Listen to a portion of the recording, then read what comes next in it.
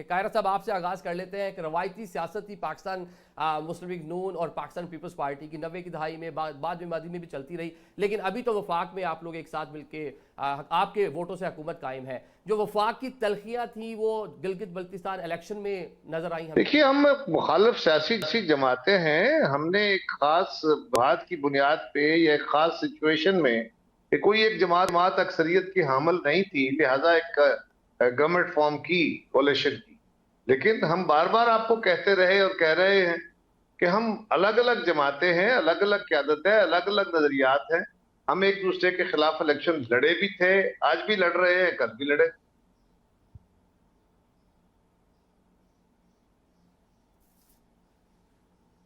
تو اس سے خراب نہیں ہوگا, اس سے خراب نہیں ہوگا. ورکنگ ریلیشن بڑا بہتر تھا. پہلے وہ ہم نے پی ڈی ایم کی 16 ماہ کی گورنمنٹ بھی دیکھی اور ابھی بھی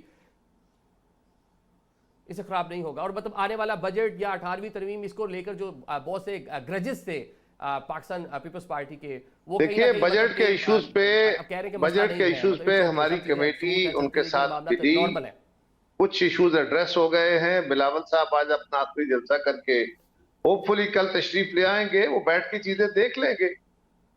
اس میں کون سا تعطل آ گیا ہے؟ بجٹ تو ویسے ہی 10 تاریخ کو پیش ہونا ہے, کون سا اس میں مسئلہ ہے؟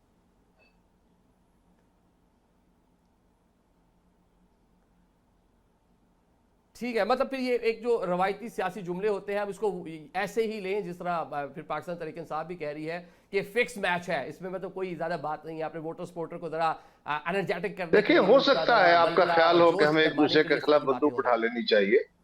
ہو سکتا ہے پی ٹی آئی کا یہ خیال ہو کہ ہمیں ایک دوسرے سے گفتگو ان کی طرح کرنی چاہیے جس طرح وہ اپنے مخالفین کے لیے کرتے ہیں. لیکن یہ ان کا وتیرہ, ان کو مبارک ہو, ہمارا تو نہیں ہے. ہم بار بار کہہ رہے ہیں کہ جمہوری تجربے سے گزرنے کے بعد آپ کو چیزیں سمجھ آتی ہیں. جو کولیشنز ہوتی ہیں وہ اسی طرح چلتی ہیں, کولیشن مرجر نہیں ہوتا. آپ لوگ بھی میرے بھائی سمجھے کہ یہ جو سیاسی عمل کے اندر کولیشن گورنمنٹس بنتی ہیں, یہ الگ الگ نظریات کی حامل جماعتیں کچھ چیزوں پہ متفق ہوتی ہیں اور باقی چیزوں کے اوپر آپ نے اتفاق رائے کرنا ہوتا ہے. کچھ لوگ, کچھ دو کو مراد یہ ہے ایک رجسٹریشن ہے, اس میں کچھ ہمارے نظریات ہیں, کچھ ان کے نظریات ہیں, بیٹھ کے آپس میں ایڈجسٹ کریں گے, اس قانون کو اس طرح بنائیے, اس طرح بنائیے.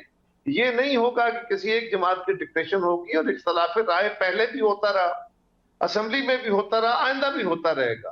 اور جب الیکشن آتا ہے, الیکشن ہم ایک دوسرے کے خلاف اس لیے لڑتے ہیں کہ ہم مخالف جماعتیں ہیں. وہ تو گلگت بلتستان تو ایک الگ اینٹی ہے, اس اینٹی کا اپنا الیکشن ہے. کل کشمیر کا الیکشن آئے گا, وہاں بھی ہم ایک دوسرے کے خلاف لڑ رہے ہوں گے. اب اگر آپ اس کو فکس میچ کہیں یا کوئی اور کہنا چاہیں تو یہ آپ کی مرضی ہے, جو چاہے کہیں. ہمارے ہاں جملے چلتے ہیں, گفتگو ہوتی ہے, تلخ بھی ہو جاتی ہے. میدان میں اپنے پرانے منصوبے بتاتی ہیں, فیوچر کا پلان بتاتی ہیں. میں نے موبلائز ورڈ یوز کیا, قاہرہ صاحب موبلائز, چیٹ ورڈ یوز نہیں کیا. چلیں اور صاحب آپ کی جانب آ جاتے ہیں. لیول پلینگ فیلڈ نہیں مل رہی, ایک ایشو کا تو ہے, لیکن آن دا ادر سائڈ جس طرح ہم دیکھ رہے ہیں کہ جو وفاقی حکومت اتحادی سیاسی جماعتیں ہیں, جب جی بی الیکشن میں گئی ہیں تو ایک دوسرے کے آمنے سامنے جو وفاق کے گرجز ہیں وہ رکھ رہی ہیں, اور آپ اس کو فکس میچ کہہ رہے ہیں. بسم اللہ الرحمن الرحیم. بہت شکریہ عادل نظامی صاحب. سب سے پہلے تو آپ کو حج کی مبارک ہو. ہم آپ کو مکہ معظمہ اور مدینہ شریف میں بھی دیکھتے بھی رہے اور آپ کو سنتے بھی رہے. آپ نے وہاں سے اپنے وی لاگ کے ذریعے اور چینلز کے ذریعے لوگوں کو آگاہی فراہم کی. تو عادل نظامی صاحب, یہ گلگت بلتستان کا جو الیکشن ہے, ابھی میرے بھائی کہہ رہے تھے کہ یہ ایک سیاسی عمل ہے. یہ جمہوری تجربے سے ساری چیزیں حاصل ہوتی ہیں. نہ وہاں کوئی جمہوریت ہے, نہ کوئی سیاسی عمل ہے. وہاں آپ سمجھتے ہیں کہ نورا کشتی ہے. کبھی ایسا آپ نے پاکستان کی تاریخ میں دیکھا ہوگا اس سے پہلے کہ اپنے مخالفین کو, جو ان کی لیڈرشپ ہے, جو پارٹی قائدین ہیں یا پارٹی کارکنان ہیں, ان کو آپ اس صوبے میں کیمپین ہی نہ کرنے دیں, اور جو اگر کوئی پہنچ جائے تو ان کو گرفتار کرے اور صبح بدر کر دے. اور پچھلے 3 دنوں سے مسلسل جتنے ہمارے کی ورکرز تھے, ہمارے عہدیداران تھے, ان کے گھروں پہ چھاپوں کا سلسلہ جاری ہے. اور اس سے پہلے 3-4 مہینوں سے آپ دیکھ رہے ہیں کہ پی ٹی آئی سے تعلق رکھنے والے جو لوگ تھے, جو پوٹینشیل کینڈیڈیٹس تھے, ان کی پریس کانفرنسیں کروائی گئیں دھونس کے ذریعے, طاقت کے استعمال کر کے ان کو پارٹیاں چھڑوائی گئیں. ایون 20 لوگ تو ایسے ہیں جن کو مجبور کیا گیا کہ آپ جی بی میں بھی نہیں رہیں گے,